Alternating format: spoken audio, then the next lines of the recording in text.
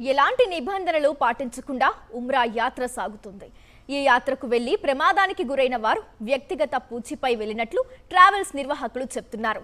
హజ్ యాత్రలా ఉమ్రా యాత్రకు కేంద్ర ప్రభుత్వం నిబంధనలు విధించకపోవడంతో భారీ ప్రాణ నష్టానికి దారితీసింది.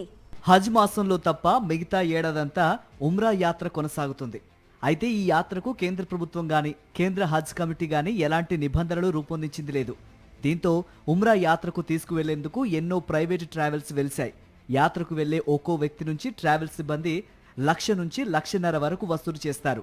అయితే 3 నుంచి 4 దాకా ట్రావెల్స్ కు మధ్యవర్తులుగా వ్యవహరిస్తారు. వీరెవరికి కూడా యాత్రకు తీసుకువెళ్లే గుర్తింపు ఉండదు. సౌదీ అరేబియా ప్రభుత్వం చేత గుర్తింపు పొందిన ఏజెంట్ ద్వారా వీసాలు తీసుకుంటారు. పాస్పోర్ట్ ఒక ఏజెంట్కి ఇచ్చిన తర్వాత 3-4 చేతులు మారి వీసా వస్తుంది. ఈ యాత్ర కనీసం 15 రోజుల పాటు ఉంటుంది. మక్కాలో 7 రోజులు, మదీనాలో 8 రోజులు గడుపుతారు.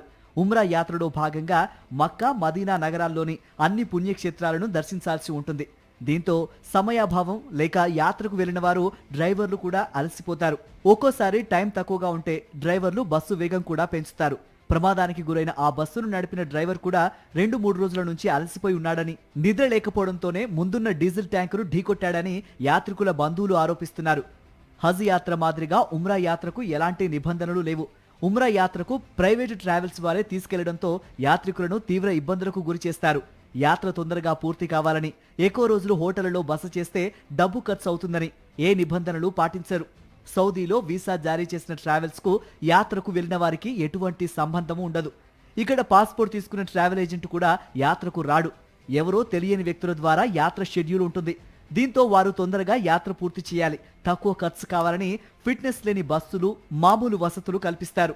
ప్రమాద వార్త తెలియగానే మృతుల కుటుంబ సభ్యులు ట్రావెల్స్ వద్దకు వెళ్లి తమ వారి గురించి ఆరా తీశారు. అయితే ట్రావెల్స్ నిర్వాహకులు తమకు తెలియదని సమాధానమిచ్చారు. ఎందుకంటే వీరి వద్ద యాత్రికుల వివరాలు ఉండవు. ఎంతమంది చేతులు మారి యాత్రకు వీసా వచ్చిందో తెలియదు. అదే హజ్ యాత్రకు నిబంధనలు కఠినంగా ఉంటాయి. దీంతో ప్రతి యాత్రికుడితో సేవకుడు వెళ్తాడు. అతని వద్ద యాత్రికుల పూర్తి సమాచారం ఉంటుంది.